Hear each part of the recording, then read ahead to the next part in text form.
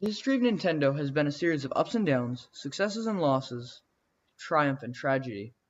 Nintendo's history goes all the way back to 1889 in the far land of Kyoto, Japan. A man by the name of Fujaro Yamauchi was working several jobs in the span of a year. Fujaro Yamauchi had eventually decided to create his own company. During the time, playing cards were banned in Japan to prevent gambling. Due to this, Hafunda cards began to be manufactured. Fujiro decided it would be a profitable business and began a business called Nintendo Kopai.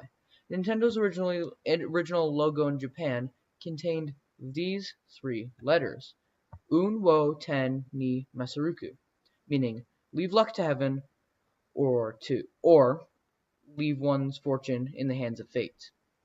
Kopai simply translates to cards.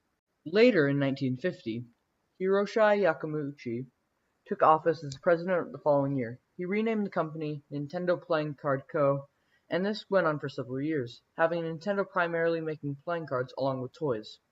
Although this was good for several years, Nintendo's success with cards was about to come to an end. In 1965, Nintendo stock plummeted from 900 yen to just 60 yen. In a matter of days, around this time, it was also when Nintendo made the switch from the Nintendo Card Company to Nintendo. In 1965, Nintendo had also hired a maintenance worker by the name of Gunpei Ikoyo, who would soon turn the company's luck around. While touring one of Nintendo's Hafuna factories, Yamauchi noticed Ikoyo playing with an extending arm that he made. Yamauchi convinced Yokai to license it as an official Nintendo product and selling it to the Japanese market, moving over 1 million units. Gunpei was promoted to product development, and thanks to his engineering background, developed electronic toys for Nintendo. Around this time, in 1970, Nintendo set their sights on the video game market. The first thing they did was secure the rights to distribute the Magnavox Odyssey in Japan. Over the next few years, Nintendo's company decided to tap into the very successful arcade market. Over the span of 6 years, Nintendo produced some of the most highly regarded classic arcade games, such as the Donkey Kong series, F-Zero, FX, Punch-Out!, and of course, Super Mario Bros., along with a few more games. Many of these games were massive hits. Notably of these games was Super Mario Bros., which had become a worldwide phenomenon for years to come. As the arcade market died down, Nintendo started making ports for home consoles such as the Atari 2600. They made ports for Atari and other companies along with their own Game & Watch system, which came to moderate success until 1983 when Nintendo decided to tap into the home console market with the Famicom. Famicom was released to the Japanese market with success, but the American market was more complex. In 1983, the video game crash had taken place in the United States. Atari had failed to move units, making retailers not want to put home consoles in their stores. 2 years later, in 1985, Yokoi created ROB. ROB stands for Robotic Operating Buddy. The ROB robot was designed to make the Famicom to the American market, not as a home console, but as a toy. The ROB worked for retailers, and soon the Nintendo Entertainment System went on North American shelves. The ROB had little success, but the NES was very successful, and it ended the video game crash. The NES and the Famicom sold over 61 million units, being Nintendo's first big triumph. Atari still would be a major player in the video game market, but they would never recover from the crash in 1983. The NES gave the Nintendo Corp more time to produce games, not having to worry about the complex design of the arcade cabinet. From the video game crash, two titans would emerge, Nintendo and Sega. The Sega Master System and the NES were both very popular among consumers. Many of the Sega commercials around this time regarded Nintendo as for children. Later in 1990, 5 years after the release of their flagship console, Nintendo released the Super Famicom, or the Super Nintendo Entertainment System, to America and Europe.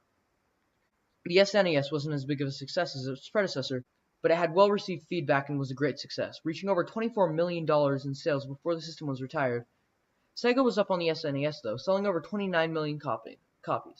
Both systems being a success, but Sega was more successful. Although a year prior, Nintendo released a Game Boy. With its never-before-seen revolutionary portable technology, it was a huge hit. And with its successor, the Game Boy Color, it sold over 118 million units. In 1991, Nintendo had teamed up with Sony and another Japanese company to make the SNES, with a disk drive built into the system. During production, Nintendo had come to the conclusion that the terms were not in their favor. The decision would come back to haunt them in 1994 when Sony used their knowledge they learned from working with Nintendo to create their own console, the PlayStation.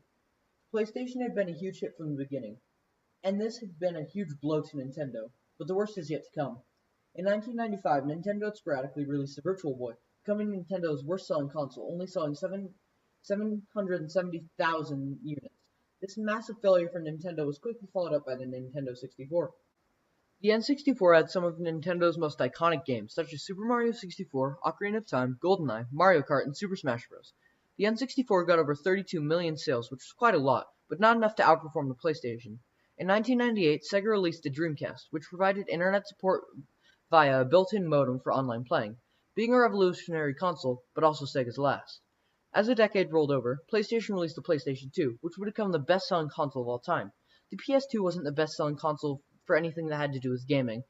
It sold so many units purely based off the fact that it was the cheapest Blu-ray player of its time. The same year, Nintendo released a game in association with Camelot Studios, Mario Tennis, which introduced Waluigi to the cast of Mario. Although Waluigi will most likely never be in Smash Bros., Nintendo fans can always hope. And hope they did, as in 2002 Nintendo released the GameCube. The GameCube sold over 24 million copies, but it would be outshined by the PS2, and another console that came a year prior. In 2001, Microsoft decided to join the video game craze with the release of the Xbox. The Xbox sold more units than the GameCube, but the Xbox cost more to manufacture than it sold, making it not profitable whatsoever. Later in 2006, Nintendo truly revolutionized the gaming world with the introduction of the Wii. The Wii's range of motion controls made it massively successful, selling over 101 million units. The Nintendo DS was introduced in 2008 with massive success. Seen as an improved Game Boy, it sold rapidly, securing the second best-selling console system of all time. Later down the line, with the introduction of the Wii U, fans were not pleased. It only sold 13 million units and gained a lot of backlash. Finally, in 2016, Nintendo has innovated the gaming world once again by introducing the Switch. It is a blend of a home console and a handheld console all in one. It doesn't quite have the success of the PS4 and the Xbox One, but it has intermediate success. All we can do is wait to see what triumphs or tragedies happen next in the world of Nintendo.